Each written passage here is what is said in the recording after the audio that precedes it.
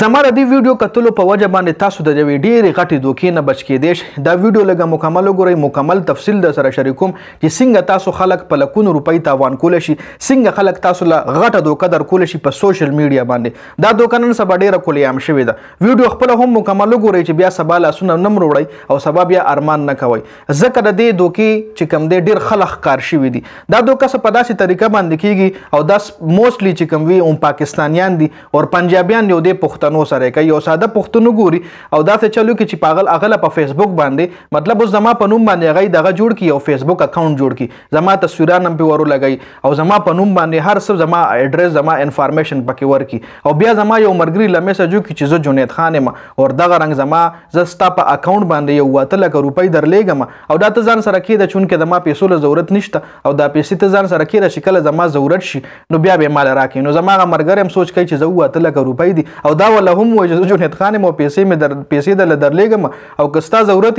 بالکل یو لګوا، کستا سره پکار وی لګوا چې کله زما ضرورت شي مال به خپ آرام باندې راکې. نو زما مرګر هم سوچ کوي چې لکه جنید خان را پیسې را لېږي او زما سم پیسو له ضرورت راشه را پیسې ما دراشي نو زما کس ضرورت زه په خپل ضرورتونه پوره کم جی. نو دغه رنګ هغه اصل کې زه يم نه زما په نوم یو فیک اکاونټ جوړ شي او زما یو بل مرګري له میسج کړی بیا ولوي خپ پیسې در درلېګم خپل آی ډی کارت راولېږي، آی ډی کارت ته راوغواړي او بیا ول یو فیک رسید جوړ کی د پیسو چې ما دا دومره پیسې د ستا بینک اکاونټ له درولېږلې او دا پیسې ته ځان سره کا او دا هغه ملګری کوي لکه اوس زه کچري دوبۍ کې ما نو وای ول د ما مرګرو له خو پته چې فلانه دوبۍ کې دی یا مسافر چې کوم دي د مسافر ټارګټ کوي، د مسافرو په نمبرو باندې د مسافرو په نوم باندې آی ډی جوړای جی چې څومره هم دوبۍ او سعودي مسافر دی ټارګټ کړي وي دا غي په نوم باندې آی ډی جوړه کی او بیا دا غي ملګرو له میسج وکي چې لکه زه غوړې غایم او زه تعالی پیسې درلېګم بیا ول یو فیک رسید جوړ کی جی او ورولېږي چې ستا په اکاونټ باندې ما 8 لک روپۍ درولېږلې، 15 لک مې درولېږلې، 2 لک مې درولېږلې، هر څومره اماونټ چې ولایت کو دا غي خپل خوخه راځي.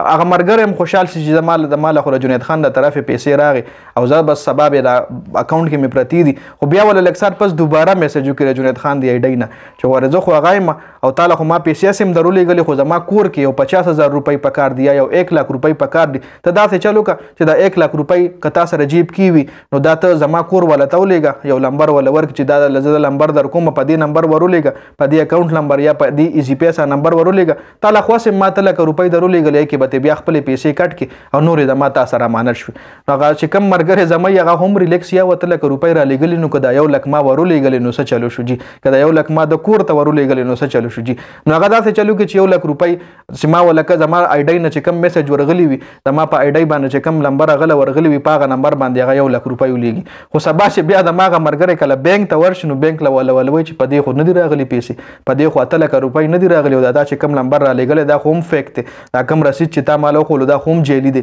نو هغه په داسې طریقه باندې هغه نه 1 لک روپۍ وي یا 50000 وي چې هر څومره تی والی. اوس کرنټ یو مرګري سره دا واقع شو چې زموږ یو بل مرګر په دوبۍ کې هغه جون کوي هغه په نوم باندې آی ډی جوړه کړي او مغله زموږ یو بل مرګري له میسج وکړي چې دا غرنګ فلانه اور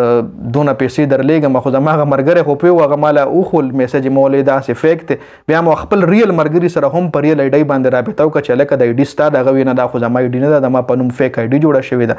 نو خپل مرګري ټول پوي کوي چې کله هم زما آی ډی نه وتاله میسج درځي زما په نوم آی ډی وی تعالی میسج درځي د پیسو سره ډیماند کوي د پیسو سره لین دین نو عمله کال کو ما نه په کال باندې کنفرم کو خبر. نو څومره هم فیک اکاونټونه د دنیا فیک روزانه خلک وایي چې لکه د ما په نوم فیک اکاونټ جوړ دی د ما په نوم فلانی اکاونټ جوړ کړی ډنګړي په اکاونټ جوړ کړی یا نو بس دغه فیک اکاونټونو باندې هم دغه لانجې کونجې کیږي او په لکونو روپۍ هم دغه رنګ د خلک چې کم دی وي او بل یو بل ټریک دی د ایزی پیسا راوښ کې دی به اصل ان شاء الله نیکسټ ویډیو کې هغه ایکسپلین کوم چې په ایزی پیسا باندې د خلکو سره څنګه دوکه کوي. نو دا ویډیو مخکې ملګرو سره ضرور شریک کړئ او دې دوکې نه ځان بچ کړئ. ډیره زیاته مننه د ویډیو کتلو. والسلام.